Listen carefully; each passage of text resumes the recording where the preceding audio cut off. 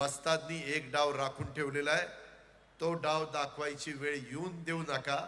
व्यवस्थितपणे बाबाला उद्याच्या निवडणुकीमध्ये आपण प्रचंड मताधिक्याने विजयी करा। त्यांना चांगल्या पद्धतीने माझी तुम्हाला सांगणं आहे की मागे लोकसभेला जी गडबड झाली, खोटा प्रचार झाला आमच्याबद्दल।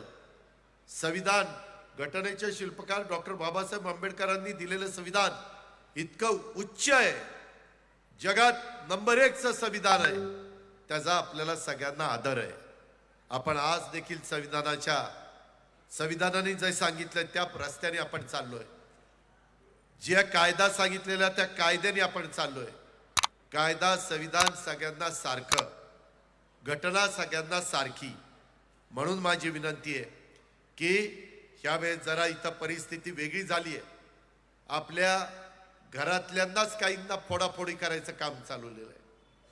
म्हणजे बाबांनी ज्यांना जन्माला घातलं, आता बाबांनी मगाशी सांगितलं, बाबांचे बंधू इथं आहेत, बाबांचे मुलगा इथं आहे, मुलगी इथं आहे, बाबांचे पुतणे इथं आहेत, अख्खं कुटुंब बाबांच्या बरोबर आहे।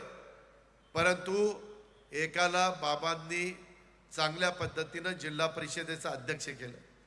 खरं तर लग्न झाल्यानंतर मुलगी सासरी जाती, तरी देखील एक प्रेमापोटी बापानी एक आधार दिला आणि त्यांना इथं ते बेळगावला जरी दिलेलं असलं तरी इथं त्यांना थांबवलं।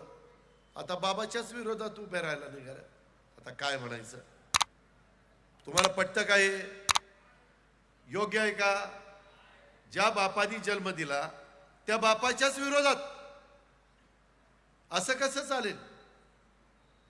प्रत्येकाचे दिवस असतात ना। बाबाला एवढ्या वेळेस तुम्ही संधी द्या। अजून जी काही आता मी सांगितलं तसं लॉयड्स कंपनी आता 4000 लोक लागलीत, अजून 16000 लोक तिथं लावायची। आपल्या सुरजागडला तिथं आत्ता काम सुरू झालंय, लवकरच ते काम पूर्ण होईल। तिथं 10000 लोक लावायची। ह्याच्यातनं विमानतळ आणायचं आहे, त्याला आम्ही आता मंजुरी देतोय। त्याच्यातनं रेल्वे लाईन टाकायची, त्याच्यातनं दळणवळणाची सोय आपल्याला करायची। अशा कितीतरी योजना या बाबांच्या मनात आहेत, आमच्या मनात आहेत। ती करण्याची क्षमता, धाडस आणि क्षमता ही बाबांच्या मध्ये, आम्हा लोकांच्या मध्ये, इतरांच्या मध्ये नाहीये। कारण इतरांना बाबांनी नामीच शिकवलंय। तुम्हाला माहिती आहे तुमच्याकडे कुस्त्या कितपत चालतात? नेहमी वस्तात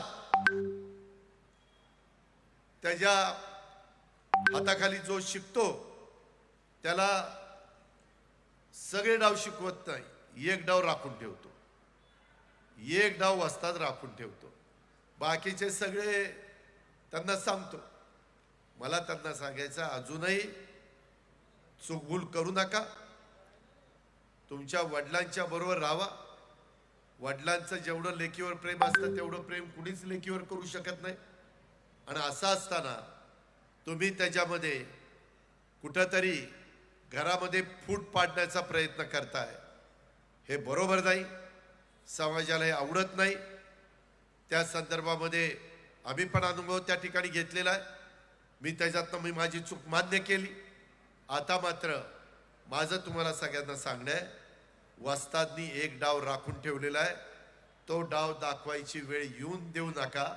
व्यवस्थितपणे बाबाला उद्याच्या निवडणुकीमध्ये आपण प्रचंड मताधिक्याने विजयी करा।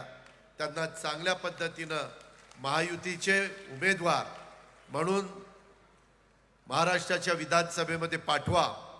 बाकीचे सगळं काय